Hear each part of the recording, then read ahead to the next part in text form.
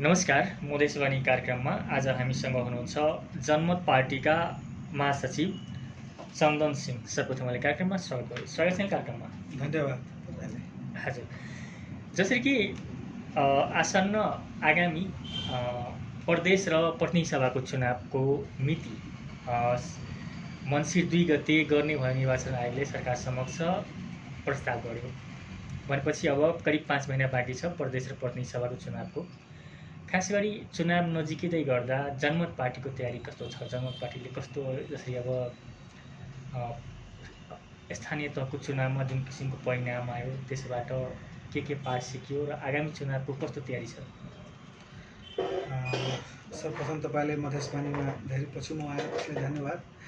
खास गरेर स्थानीय चुनावमा जुन हाम्रो अवस्था छ त्यो राम्रै छ, त्यसलाई हामी पोजिटिभ नै लिएका छौँ। तर सकारात्मक हो, तर पूर्ण रूपमा त्यसलाई हामीले के भन्छ अरे उत्साहित हुनुपर्ने अवस्था छैन, अपेक्षाकृत छैन। तर पोजिटिभ नै हो, सकारात्मक नै हो। खास गरेर के हुन्छ भने हेर्नुहोस्, मधेसको राजनीति अहिले पनि त्यही पुरानो परम्परा अनुसार नै चलिरहेछ। अब एउटा बोटलाई 5,000, एउटा बोटलाई 5,000, तपाईँको घरमा 10वटा बोट छ भने 50,000 रुपियाँ लिनुहोस्, भोट दिनुहोस् भन्ने नगरपालिकाको चुनावमा या स्थानीय तहको चुनावमा, वार्डको चुनावमा यस्तो किसिमको पार्टी बसाएर, या तो मधेसवादी दल होस् या काङ्ग्रेस होस् या एमाले होस् या अन्य जुनसुकै दल होस्, काङ्ग्रेस, कम्युनिस्ट या माओवादी होस् या जुनसुकै दलले त्यही परिपाटी सञ्चालन गरेर भोट मागेर मधेसको भोट किन्ने र बेच्ने मात्रै धन्दा गर्यो, जुन धन्दा भएछ त्यसको परिणाम हो। त यसले गर्दाखेरि के हुन्छ भने समग्र मधेसको विकास र समृद्धिमाथि असर गर्छ। तसर्थ मलाई लाग्छ कि जनताले जुन हामीलाई 1.25 लाख भोट दियो त्यो हामीलाई एकदम अर्ग्यानिक भोट हो। त्यो एकदम हाम्रो भोट बिकेका छन् र नबिकेका भोट जुन कार्यकर्ताका छन् या जनताका जुन भोट छन् त्यो 1.25 लाख भोट अहिले पनि हाम्रो देखियो। त्यो धेरै पोजिटिभ कुरा हो, त्यसलाई हामी सकारात्मक ल्याएका छौँ।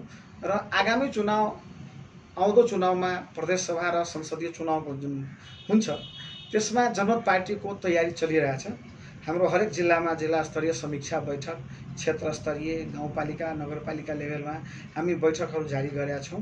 र समीक्षा बैठकले हामीले एकदम आगामी आउँदो चुनावमा खास गरेर प्रदेश सभा र संसदीय सङ्घीय चुनावको तयारी राम्रो छ र जनताले मलाई लाग्छ कि स्थानीय चुनावभन्दा राम्रो परिणाम दिन्छ र राम्रो भोट पनि दिन्छ यसपालि जनमत पार्टीले।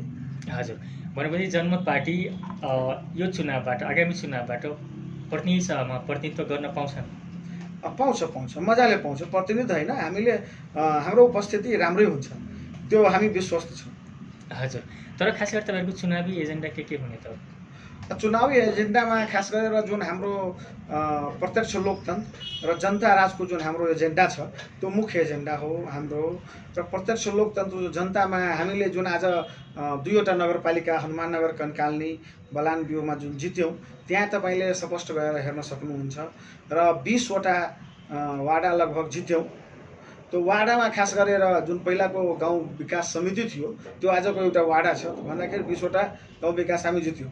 हाम्रो बर्दियामा पनि जितेको छ, त्यहाँ पनि हामीले महोत्तरीमा लगायतका सबै विभिन्न जिल्लाहरूमा हामी जितेका छौँ वार्डहरूमा। र त्यहाँ चाहिँ जनताको प्रत्यक्ष अनुभूति, जनता राजको अनुभूति र विकासको र समृद्धिको एउटा सही दिशा निर्देश गर्ने अवस्था बन्छ र त्यो हामी गरेर देखाउँछौँ। हजुर, जस्तै कि आगामी चुनावमा अथवा गत चुनावमा पनि खास गरी मधेस केन्द्रित दलहरूको एजेन्डा थियो कि संविधान संशोधन लगायत नागरिकता मुद्दाहरू जुन थियो, तपाईँहरूको त्यो मुद्दाहरू छैन त? हेर्नुहोस्, हामीले एउटा कुरा के भन्छौँ भने यो जुन मुद्दा छ संविधान संशोधन त वास्तवमा हुनुपर्ने, तर बार मधेसीको छोरा शहादत दियो। त्यो पार्टीले अहिलेसम्म जो पार्टी राष्ट्रिय राजनीतिमा आयो र आफूलाई राष्ट्रिय राजनीति गर्नलाई यहाँ बसेर राष्ट्रिय राजनीति गर्न खोज्यो, काठमाडौँमा आएर त्यो भोट लिएर आएको जुन पार्टी छ त्यसलाई अलिकति तपाईँहरू पनि सोध्नुहोस् कि संविधान संशोधन भयो कि तपाईँको नागरिकता समस्या, सेनामा सामूहिक प्रवेश, जनसङ्ख्या र समानुपातिक आधारमा किन हुन सकेन? त यो बार दुईचोटि मधेस आन्दोलन हुँदाखेरि पनि जुन पार्टीले आफूलाई स्थापित गर्यो, जो नेता जहाँ एउटा सडकमा भएको नेता स्थापित भएर काठमाडौँमा आयो र फेरि त्यही काङ्ग्रेस र एमालेको सरकार या कम्युनिस्टको सरकारमा गएर बार आफ्नो भोट बेचेर, त्यही माओवादीको सरकारमा भोट बेचेर मन्त्री बन्ने काम मात्रै गर्छन् र यहाँ चाहिँ समस्या समाधान जाउँको त्यो राख्छन्, फेरि त्यही मुद्दा लिएर जनतामा जान्छन्। त्यसले गर्दाखेरि हामीले खोजे के हो भने नागरिकता समस्या आज फेरि पनि विधेयक फिर्ता भयो, तर जो आन्दोलनकारी शक्ति आफूलाई भनाउँछन् तथाकथित आफूलाई मधेसको मसिहा भन्न खोज्छन्, त्यो सत्तालाई आज हेर्नु, सत्ताको एमालेमा को सरकार हुँदाखेरि पनि त्यही बसेको थियो, अहिले काङ्ग्रेसको सरकार हुँदाखेरि त्यही बसिरहेछ, त्यसैको सरकारले फिर्ता लिएछ। त त्यो बसेर के गरिरहेछ त्यहाँ? बार सत्तामा बस्ने, खाने, लुट्ने मात्रै हो। एउटा मन्त्री फेर्ने, अर्को मन्त्री पठाउने, एउटा मन्त्रीमाथि आक्षेप आयो भने अर्को मन्त्री पठाउने, एउटा यादवजीलाई हटाउने, अर्को यादवजीलाई थप्ने, यही काम हो, यही धन्दा हो भने बार फेरि जनताले त्यसलाई भोट दिन्छ। त जनताले त्यसलाई अब यसपालि सङ्घीय चुनावमा र प्रदेशको चुनावमा राम्ररी सबक सिकाउनुपर्छ, अनि मात्र यो चिज तपाईँको नागरिकता समस्या पनि समाधान हुन्छ, संविधान संशोधन पनि हुन्छ र जनता राज आउँछ, जनमतको सरकार बनाउनुपर्छ, अनि मात्रै हुन्छ। यो तपाईँको जुन काङ्ग्रेस एमालेलाई भोट बेचुवा पार्टीहरू जुन छन्, यो भोट बेचुवा पार्टीहरूलाई एकचोटि राम्ररी सबक सिकाउनु पर्ने हुन्छ। हजुर, तर तपाईँहरू जनतामा जाँदा के भन्नुहुन्छ जनतालाई, कि तपाईँहरूले के गर्ने भनेर जानुहुन्छ? जनतामा जाँदाखेरि विकास र समृद्धिको हाम्रो मूल एजेन्डा हो मधेसको, र मधेसको विकास र समृद्धि र खास गरेर विदेशमा जुन बसेका युवाहरू छन् स्वरोजगारको योजना ल्याउँछौँ, जनताको प्रत्यक्ष लोकतन्त्रको अनुभूति गराउँछौँ र जनता अब चाहिँ विदेशमा 50 डिग्री सेल्सियसमा कमाउन नजानु परोस् भन्ने हाम्रो एउटा आर्थिक एजेन्डा पनि हुन्छ देशको र मधेसको लागि, र त्यो अनुसारले हामी अगाडि बढ्ने हो र खास गरेर त्यो अनुसारले हामीले मधेसको विकासमा एउटा नयाँ वातावरणको सिर्जना गर्छौँ। हजुर, जसरी कि डाक्टर सीके राउत अध्यक्ष तपाईँ पार्टीका, पार्टी गठन भएपछि केही दिनपछि उहाँले जुन किसिमका कुराहरू भन्नुभयो, खास गरी मधेस प्रदेश अहिले तत्कालीन प्रदेश नम्बर 2 थियो, प्रदेश नम्बर 2 मा हामी क्लिन स्विप गर्छौँ उहाँको जुन दाबी थियो प्रदेश, खास गरी प्रदेश सभामा, त्यस्तो अवस्था छ त अहिले? प्रदेश सभामा हाम्रो राम्रो उपस्थिति हुन्छ, क्लिन स्विप हुन पनि सक्छ, कुनै ठुलो कुरा होइन। प्रदेश सभामा जनताले पनि यसपालि भोट दिन्छ र सङ्घीय चुनावमा पनि संसदमा पनि हामीले भोट दिन्छ। स्थानीय चुनावमा के हो भने स्थानीय चुनावमा व्यक्तिको आधारमा, मैले भने नि जातपातको आधारमा हाम्रो मधेसमा धेरै विकृतिहरू छन्। अहिले पनि तपाईँको के भन्छ अरे डर त्रासको राजनीति, धाक धम्कीको राजनीति, दलित मुस्लिममाथि अत्याचारको राजनीति, हत्या हिंसा बलात्कारको राजनीति हाबी नै छ। त्यस कारणले स्थानीय चुनावको जुन वातावरण छ व्यक्तिको आधारमा हुन जान्छ, त्यसले गर्दाखेरि धेरै ठाउँमा देखा परेन, तर उपस्थिति हाम्रो राम्रै छ।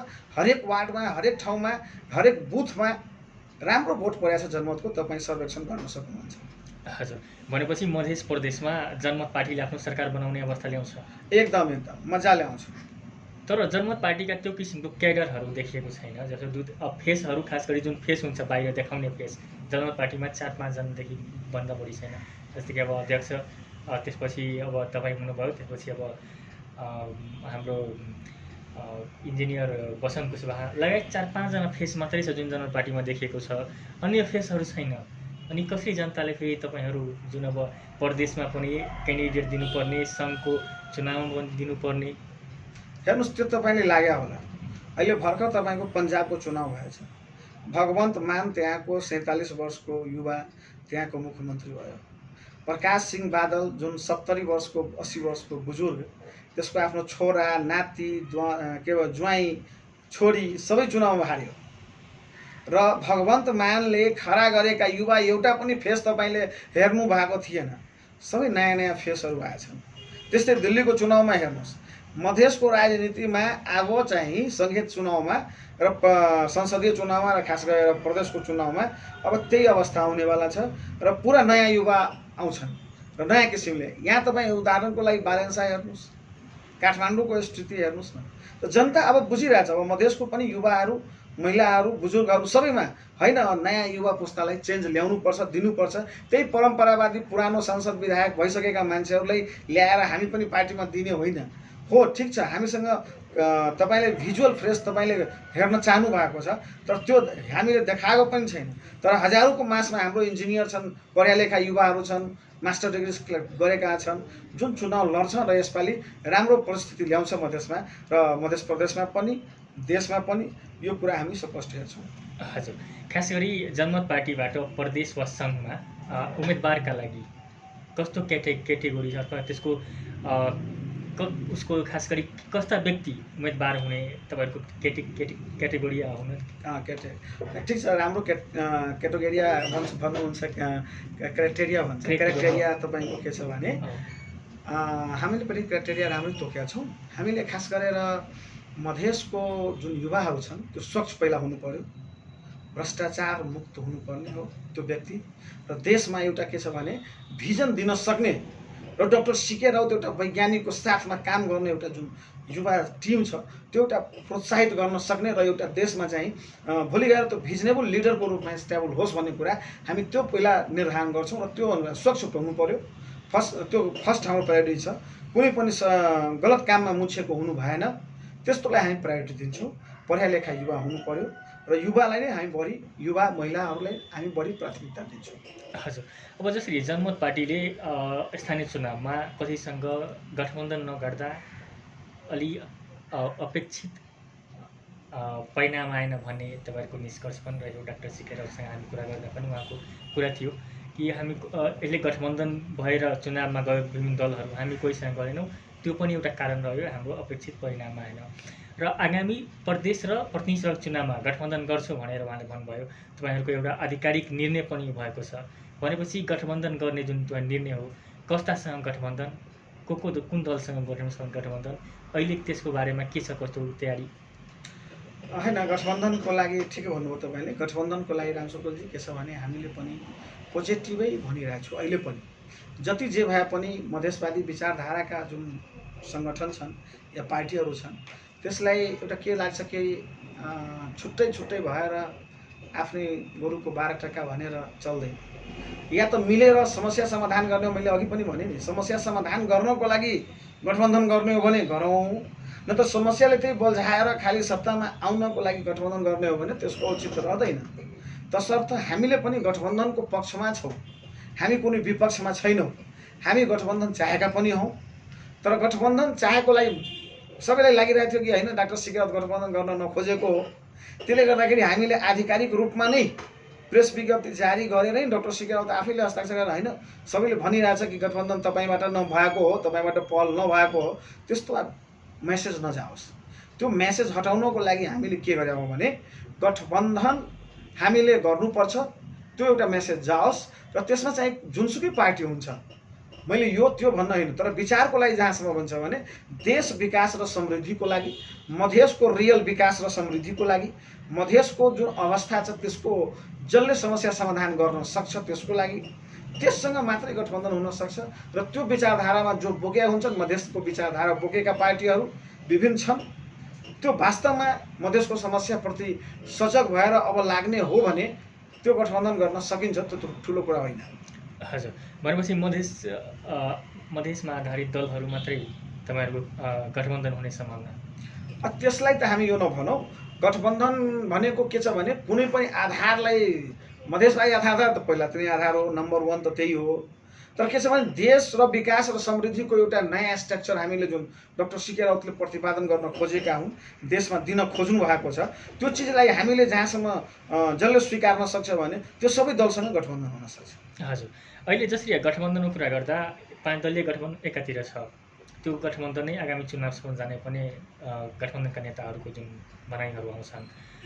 अब जस्तै गठबन्धन बाहिर एउटा नेकपा एमाले जो अहिलेको सबभन्दा ठुलो दल, त्यसपछि लोकसभा लगायत अन्य 10 साना दलहरू छन्, जस्तै कि अब रेशम चौधरीकै पार्टी भयो, त्यस्तै अब हृदय त्रिपाठीजीको पार्टी भयो, विकेश लालको पार्टी भयो, त्यस्ता दलहरूसँग कि 5 दलीय गठबन्धन कि बाँकी गठबन्धन, यो 5 दलीय गठबन्धन बाहेकका दलसँग गठबन्धन त के छ तपाईँको? ठिकै छ रामशुकुलजी, यस्तो छ कि गठबन्धन, यो 5 दलीय जुन गठबन्धन छ यो रहला कि नरहला मलाई विश्वास छैन। यो आजको अवस्थामा यो गठबन्धन टिक्छ कि टिक्दैन, यो त अप्राकृतिक गठबन्धन हो के। मैले देखा हूँ यो सरकारको पक्षबाट पनि यो कुरा आइसकेको छ, कङ्ग्रेसका पनि धेरैजनाहरू बोलिसक्नु भएको छ। उहाँ आफ्नै आन्तरिक द्वन्द्वमा हुनुहुन्छ। यो अप्राकृतिक गठबन्धनले गर्दाखेरि त यो 5 दलीय गठबन्धनलाई मैले त हेर्दैन, यो त सत्तामा बस्नलाई मात्रै बन्या हो केही दिनको लागि, तर यो चुनावसम्म जाँदैन यो। जाने अवस्था छैन, मलाई विश्वास छ। हेर्दै जानुहोस्। अब अर्को कुरा जहाँसम्म छ कि हामीले गर्नुपर्ने गठबन्धन अन्य पार्टीहरू या अन्य ठुला पार्टीहरू कुरा राख्नुभयो। अब रेशम चौधरीजीसँग मैले भेटेका थिएँ, हाम्रो डाक्टर साहब पनि हामी सँगै दुवैजना गएर भेटेकै हो, उहाँलाई धेरै भएको थियो। उहाँले पनि भन्नुभयो कि पश्चिममा तपाईँको पनि धेरै वार्डहरू, धेरै नगरपालिकामा हामी तपाईँ मिलेको भए धेरै ठाउँमा जितिन्थ्यो। रूपन्देहीमा, नवलपरासीमा, कपिलवस्तुमा, खास गरेर बाँके बर्दियामा, कैलालीमा त मस्टली धेरै ठाउँमा हामी मिलेको भए उहाँले पनि यो कुरा स्वीकार्नुभयो रेशमजीले कि तपाईँको क्याडर र हाम्रो क्याडर मिलेको भए मजाले धेरै ठाउँमा जितिन्थ्यो। रेशमजीले जेलमै स्वीकार्नुभयो, हामीले पनि यो कुरा बुझ्यौँ। तसर्थ हामीले मिलेर जानुपर्छ, एउटा कुरा उहाँको पोजिटिभ आएको थियो। त्यसपछि अन्य दलहरू पनि छन् जो हामी भेटघाट कुरामा उठिन्छ, तर औपचारिक रूपमा यसको लागि हामीले एउटा कहीँ न कहीँ चाँजोपाँजो मिलाउनुपर्छ। र वातावरण के छ भने दल कुन बेसको आधारमा होइन कि विकास र समृद्ध देशको लागि आधार बनाउने हो, मधेसको मूल आधार बनाउने हो, त्यसमा चाहिँ गठबन्धन हुने हो। त्यसको लागि हामी सबै मिलेर जाने हो भने एउटा नयाँ गठबन्धन बन्न सक्छ। हजुर, खास गरी एउटा अर्को पनि चर्चा छ गठबन्धनका विषयमा कि नेकपा एमाले लोसपा र जनमत बीच गठबन्धनको तयारी हुँदैछ। वास्तवमा यो के हो, यसको हो? अनि ठिकै छ, कुरा बाहिर आइसकेका छन्। त्यस के छ भने धेरै कुराहरू पोजिटिभ, धेरै कुरा नेगेटिभ पनि हुन्छ त्यसमा, तर पूर्ण रूपमा त्यसको अहिले फन्डामेन्टली भन्नुहुन्छ भने एक किसिमले आधारभूत तयारी भएको छैन, तर धेरै ठाउँमा कुराहरू मात्रै आएछन्। त्यो कुराहरू बिस्तारै अब देखौँला, हेरौँला, अहिले त्यो हेर्दै जाउँ, अरू पनि हुनसक्छ। अनौपचारिक रूपमा कुरा त राजनीतिमा त म पनि आएको छु, एक हप्तादेखि यता काठमाडौँमा धेरै ठाउँमा कुरा भइरहेछन्। तर के छ भने यसलाई वैचारिक रूपमा कहाँसम्म जाने हो भन्ने कुरा, त्यसको लागि अहिले धेरै काम बाँकी छ, अहिले भन्न मिल्दैन। हजुर, अब खास गरी प्रतिनिधि सभा र प्रदेश सभाको निर्वाचनमा जनमत पार्टीले मधेसका जिल्लाहरूमा, जुन अब मधेस प्रदेश मात्र होइन, मधेसका जति छन् 20-22 जिल्ला, पुरै मधेसभरि दिन्छ या देशको अन्य ठाउँमा पनि, मधेस बाहेकका अन्य जिल्लामा पनि दिनु तपाईँको उम्मेदवार हुन्छ? होइन, हाम्रो उम्मेदवार तपाईँको के छ भने अन्य ठाउँमा पनि हुन्छ, मधेस बाहेक पनि हुन्छ। र मधेसमा त स्पेसली हामीले आइडेन्टिफाई गरेर तपाईँको हरेक क्षेत्रमा नै दिने कोसिसमा छौँ।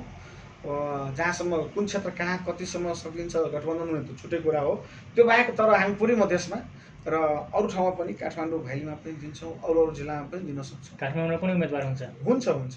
अब मधेसको यो स्थानीय चुनावमा त ललितपुरको मेयरले हाम्रो भोट ल्यायो, हाम्रो मेयर उपमेयर क्यान्डिडेट दिएको छ, त्यहाँ पनि भोट ल्याएको छ। हजुर, अब जस्तै तपाईँको अब निर्वाचन क्षेत्र खास गरी महोत्तरी निर्वाचन क्षेत्र नम्बर 3 पर्छ, जहाँ अहिले लोकसभा अध्यक्ष मोहन ठाकुरजी जित्नु भएको हो। खास गरी तपाईँको के छ अब त्यो क्षेत्रमा तपाईँले अब प्रदेशमा जाने कि सङ्घको लागि? अब त्यहाँ जुन दिग्गज मानिनु, अब नेपालकै राजनीतिको एउटा सबभन्दा वरिष्ठ उहाँ, उमेरले पनि प्रतिशतमा सबभन्दा बढी उमेरका हुनुहुन्छ। अब तपाईँ के छ त्यो तयारी, त्यो प्रदेशमा जाने कि सङ्घमा उहाँसँग भिड्ने? होइन, के छ भने मैले एउटा के छ भने यो त पहिला कुरा के भनौँ भने पार्टीले निर्धारण गर्ने हो, म सङ्घीय चुनाव लड्नुपर्छ कि प्रदेश चुनाव लड्नुपर्छ। तर जुनसुकै अब चुनाव लड्न सकिन्छ, पार्टीले निर्धारण गर्यो भने प्रदेश सभा पनि लड्न सकिन्छ, भनेर भने प्रतिनिधि सभा त लड्नै पर्छ भन्ने अवस्था पनि आउन सक्छ। अब जहाँसम्म कुरा आयो भने ठाकुरजीको तपाईँ एउटा सम्मान गर्नुपर्छ, उहाँ सम्मानित व्यक्ति हुनुहुन्छ, 80 नागिसक्नु भएको छ, उहाँको सम्मानमा कमी हुनु भएन। उहाँलाई सम्मान स्वरूप नै योभन्दा पहिला जुन मधेस आन्दोलनको रापताप थियो, उहाँलाई टिकट दियो र एकलौटी उहाँलाई इभेन काङ्ग्रेसको पनि समर्थन थियो, त्यसले गर्दाखेरि उहाँलाई भोट दिएर चुनाव जनताले दियो, जितायो। तर अबको परिस्थितिमा मलाई लाग्छ कि उहाँ एउटा बुजुर्ग जुन एउटा अवस्था छ र उहाँको स्वास्थ्य अवस्था देखेर त्यो क्षेत्रमा एउटा नयाँ किसिमको र नयाँ स्ट्रक्चर बनाएर युथ लिडरलाई अगाडि बढाउनु पर्ने अवस्था छ। र मलाई लाग्छ कि हाम्रो पार्टीले निर्धारण गर्ने हो, प्रदेश सङ्घीय चुनाव पनि प्रदेश चुनाव पनि जुनसुकै चुनाव, क्षेत्र त मेरो त्यही हो, मेरो गाउँ नै त्यही हो, ठाउँ नै त्यही हो। बाहिरबाट आएको त्यहाँ त धेरै क्यान्डिडेट हुनसक्छ, तर हाम्रो त मूल आधार नै त्यही हो, मेरो क्षेत्र नै त्यही हो। र पार्टीले निर्णय गर्यो भने त्यहाँबाट लड्छौँ, लड्ने कुरा ठुलो कुरा होइन। हजुर, भनेपछि तपाईँ प्रतिनिधि सभाको लागि तपाईँको इच्छा छ, व्यक्तिगत इच्छा? अब इच्छा त भइहाल्छ नि, इच्छा नहुने त होइन। फर्स्ट चुनाव अब हाम्रो पार्टी लड्दैछ, निर्णय गर्यो भने इच्छा हो, लड्नु पनि पर्छ, इच्छा पनि छ, त्यसमा कुनै ठुलो कुरा होइन, त्यो त लडिन्छ। तर पार्टीले निर्धारण गर्छ भने मात्रै हुन्छ यो कुरा हामीलाई। हजुर, लड्नुहुन्छ तर जित्नको लागि त्यहाँ कतिको त्यहाँ जनाधार तयार गर्नुभएको छ त? है त्यहाँ 35वटा वार्ड छ। अहिले पनि तपाईँ यो निर्वाचन आयोगको डाटा पल्टाएर हेर्नुहोस्, जनमत पार्टीको कति भोट आएछ। हरेक वार्डमा 200-400 भोट हाम्रो परेका छन्। हार जित आफ्नो ठाउँमा छ, तर हरेक वार्डमा हरेक बुथमा हाम्रो भोटिङ भएको छ र जनमत पार्टीको भोट परेका हुन्। र मलाई लाग्छ कि राम्रो भोट छ। त्यहाँको मेयर 4-5वटा पालिका पनि पर्छ र त्यसको तपाईँको वार्डको भोट जोड्नुहोस्, तपाईँसँग पनि डाटा छ। हाम्रो उपस्थिति राम्रो छ र 1 रुपैयाँ खर्च नगरिकन त्यस्तो राम्रो उपस्थिति छ भने त्यहाँ त अन्य पार्टीहरू जुन तपाईँ नाउँ लिँदै हुनुहुन्छ उहाँहरू त एउटा भोटको 5-5 हजार दिएर किन्न गएको थियो। तर पनि हामी त्योभन्दा कम छैनौँ। हामी भन्दाखेरि हामीलाई गर्व लाग्छ र यो चुनाव लड्दाखेरि राम्रो उपस्थिति हो हाम्रो। र मलाई लाग्छ कि जनमत पार्टीको त्यो सिट प्रमुख सेट हो जनमत पार्टीको लागि, र त्यो जनमत पार्टीले लिनुपर्छ र जनमत पार्टीले लिन्छ होला।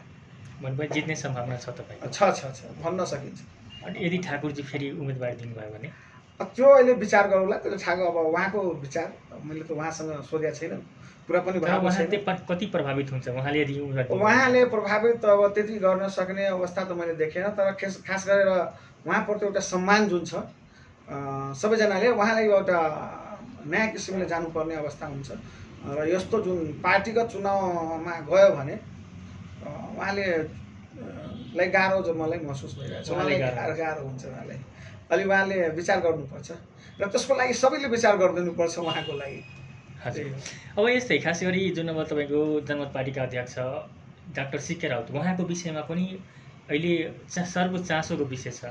खास गरी उहाँ कहाँबाट लड्ने के छ तपाईँको पार्टीमा, उहाँको लागि कहाँ?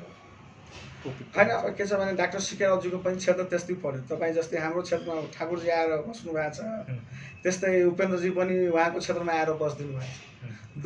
दुवैजना भन्नुहुन्छ भने बाहिरबाट आएर त्यो क्षेत्रमा बस्नु भएको छ। सेम मेरो कन्डिसन जस्तो छ त्यस्तै डाक्टर सिके राउतजी हाम्रो अध्यक्षको पनि कन्डिसन छ। अब उपेन्द्रजीले त्यो क्षेत्र त मलाई लाग्छ कि छोड्नुपर्ने हो। 2 नम्बर डाक्टर सिके राउतजीको क्षेत्र हो। तर छोडे पनि नछोडे पनि हाम्रो मलाई लाग्छ कि पार्टी अध्यक्षले हाम्रो जहाँबाट लड्न चाहनुहुन्छ भने लड्नुहुन्छ र त्यो 2 नम्बर क्षेत्रमा सप्तरीको उहाँको प्रमुख क्षेत्र हो। र अहिले हामीले निर्धारण गरेको छैन, तर आवश्यक पर्यो भने निर्धारण गर्ने हो भने पहिलो प्राथमिकता त्यही नै हुन्छ। जस्तै मेरो महोत्तरी 3 नम्बर हुन्छ, त्यस्तै 2 नम्बर हुन्छ उहाँ। भनेपछि उहाँ प्रतिनिधि सभामै त्यसकै लागि उम्मेदवारी दिनुहुन्छ। अब पार्टीले निर्णय गर्यो भने दिनुहुन्छ, दिने त्यही नै हो। तर अहिले आधिकारिक रूपमा नभनौँ, यो निर्णय गर्नुपर्छ पार्टीले। पार्टी निर्णय गर्यो भने लड्नुहुन्छ, दिनुहुन्छ। हजुर, खास गरी यो चुनावको जुन अब मिति लगभग अब 2 गते भनेको छ, मङ्सिर 2 गते, त्यही आसपासमा अब सरकारले मिति घोषणा गर्नुपर्ने हो। भनेपछि अब तपाईँहरूको उम्मेदवार खास गरी यो चुनाव घोषणा भएपछि गर्ने कि कस्तो छ? त्यसको लागि पहिला गठबन्धनको तयारी भइसकेपछि मात्रै आफ्नो उम्मेदवार घोषणा गर्ने? होइन, यस्तो छ कि रामसुकुलजी, यसमा के छ भने चुनाव भनेको के छ भने अहिले 5 महिना लगभग हुन बाँकी छ। 5 महिना बाँकी छ। जुन निर्वाचन आयोगले प्रस्ताव गरेका हुन् मङ्सिर 2 गते, त्यो अनुसारले 5 महिना लगभग छ। चुनावको वास्तवमा आधिकारिक घोषणा सरकारले गर्नुपर्छ, सर्वपक्षीय सर्वदलीय बैठक गरेर। र चुनावको घोषणा गरिसकेपछि एउटा जुन राष्ट्रिय स्तरको राजनीति कुन धारमा जान्छ, कुन अवस्थामा परिणत हुन्छ, त्यो हेरेर हामीले क्यान्डिडेट पनि फिक्स गर्ने हो र त्यो अनुसारले हामीले क्षेत्र पनि निर्धारण गर्ने हो। र त्यो चाहिँ यो निर्धारण गर्नको लागि अलिक टाइम चाहिन्छ। हजुर, भनेपछि मिति घोषणा भएपछि मात्रै त्यसको टुङ्गो लाग्छ? हो, मिति घोषणा हुनैपर्छ। हजुर, अब हामी कार्यक्रमको अन्त्यमा छौँ। जसरी कि अब देशको राष्ट्रिय राजनीति कुरा गरौँ, अहिले जस्तै कि श्रीलङ्काको जुन अवस्था छ, यसका अहिले जसरी श्रीलङ्काका जनताहरू जुन अब राष्ट्रपति कार्यालय अथवा प्रधानमन्त्री कार्यालय कब्जा गरेको छ, राष्ट्रपति त्यहाँबाट भागेका छन्, त्यही बाटोमा हाम्रो नेपाल पनि जाँदैछ भन्ने किसिमका कतिपयका जुन अब आकलनहरू छन्, यसका चर्चा परिचर्चाहरू अहिले समाजसँग भइरहेको छ। के देख्नुहुन्छ राष्ट्रिय राजनीतिप्रति श्रीलङ्का र नेपालको पनि त्यस्तै अवस्था आउँदैछ? नेपालको पनि हेर्नुहोस्, अब नआउन पनि सक्दैन, भन्न सकिँदैन। देशको जुन आर्थिक अवस्था छ, लक्षणहरू देखा पर्न त वास्तवमा नै हो। तर के छ भने यसलाई अब यो जुन मैले अघि नै भने नि, यो अप्राकृतिक गठबन्धन हो। यो अप्राकृतिक गठबन्धन यो साढे साढे राखेर जुधाउने काम जुन भइरहेछ सरकारमा, यो साढे जुधाइको काम भइरहेछ। सरकार चलाउने होइन कि साढे जुधाइ भइरहेछ त्यहाँ। पहिले जुन अर्थमन्त्रीको राजीनामा, अर्थमन्त्रीले अरू मान्छे बोलाएर के अरे बजेट बनाउने, यो कहाँसम्म? यो त वास्तवमा भन्नुहुन्छ भने यो सरासर यो एउटा विकसित मुलुक या विकासशील मुलुक जुनसुकै होस्, मुलुकमा यो चाहिँ खास गरेर यो अन्याय नै हो, देश र जनताप्रति घात नै हो। राष्ट्रिय राजनीतिमा चाहिँ खास गरेर जुन अवस्था छ यो अप्राकृतिक गठबन्धन साढे जुधाइको, यो तपाईँको वास्तवमा भन्नुहुन्छ भने देशलाई कहीँ न कहीँ यो त्यो बाटोमा लग्ला कि भने हामीले पनि डर छ। हेर्नुहोस्, यस वर्षमा बजेटभन्दा बढी त यो बेरुजु नै छ, के अरे यो ऋण नै छ। 18 खर्ब 20 खरबभन्दा बढी यो देशको ऋण छ। अनि बजेट कसरी बनाउँछ हेर्नुहोस् त। एउटा कर्मचारी, एउटा कहाँ को व्यक्ति आएर, व्यापारी आएर त्यो केयरकार गरेर जान्छ र त्यो बजेटलाई सच्याएर जान्छ भन्ने कुरा कहाँसम्म? यो जस्तै लाजमर्दो कुरा। यो अप्राकृतिक गठबन्धन, यो साढे जुधाइवाला कार्यक्रम त्यहाँ जुन चलिरहेछ, यो सरकार चलाउने यो तरिका हो त? काङ्ग्रेस कहाँसम्म गएर फस्या छन्, सरकार चलाउनलाई कहाँसम्म गिरेर चलाइरहेछन्। मलाई लाग्छ कि योभन्दा लज्जास्पद अवस्था छैन। यो सोच्नुपर्ने हो। मैले त यो प्रधानमन्त्रीजीलाई सचेत गर्न खोजेको हो कि यो यस्तो प्रकृतिले तपाईँ कहिलेसम्म यो देश चलाउन सक्नुहुन्छ? टाट पल्टिने अवस्थामा छ। भोलि वास्तवमा जनता उठ्यो भने के हुन्छ? श्रीलङ्काकै अवस्था हुन्छ। सक्छ, नहुने होइन। जनता उठ्यो भने त जे पनि हुनसक्छ। तसर्थ यो अहिले नै समयमा चुकौँ। पेट्रोलियम पदार्थको यो डेली तपाईँको भाउ बढाउने 20 रुपियाँ, आज 10 रुपियाँ, भोलि 10 रुपियाँ। आज यो त के हो? यो पसल हो, पान पसल हो, चिया पसल हो। यो चिया पसल चलाए जस्तो तपाईँले चलाएको पान व्यक्ति मनमौजी, यो त भएन नि। यस्तो किसिमले देश चलायो भने यो देश चल्छ त? एउटा स्ट्रक्चरलाई सही तरिकाले लानुपर्छ। अन्तर्राष्ट्रिय राजनीतिलाई तपाईँ कति कमजोर बनाइसक्नुभयो। विश्व राजनीतिमा तपाईँको पहिचान तपाईँको खस्किँदो छ। छिमेकी राष्ट्रहरूसँग कतिको नराम्रो छ। कोही विश्वास गर्ने वातावरण छैन, कोही लगानी गर्न चाहेको छैन। जुनसुकै छिमेकी होस् या अन्तर्राष्ट्रिय मित्र होस्, अन्तर्राष्ट्रिय डोनर होस्, ट्रस्टै गरिदिरहेको छैन हाम्रो लिडरमाथि। तसर्थ यो नयाँ लिडरसिप र न्यू लिडरसिप यो नेपालको लागि चाहिन्छ। हजुर, हस् त। हाम्रो कार्यक्रममा समय दिनुभएकोमा धेरै धेरै धन्यवाद। तपाईँलाई पनि धन्यवाद, मधेसवाणीलाई पनि धन्यवाद। र मलाई लाग्छ कि मधेसवाणी टिम जुन गरिराख्नु भएको छ त्यो राम्रै गइरहेछ र अगाडि गएर यसलाई राम्रो होस् भनेर आशाको साथमा केही धन्यवाद। हजुर, मधेसवाणी कार्यक्रममा आज हामीसँग हुनुहुन्थ्यो जनमत पार्टीका महासचिव चन्दन सिंह।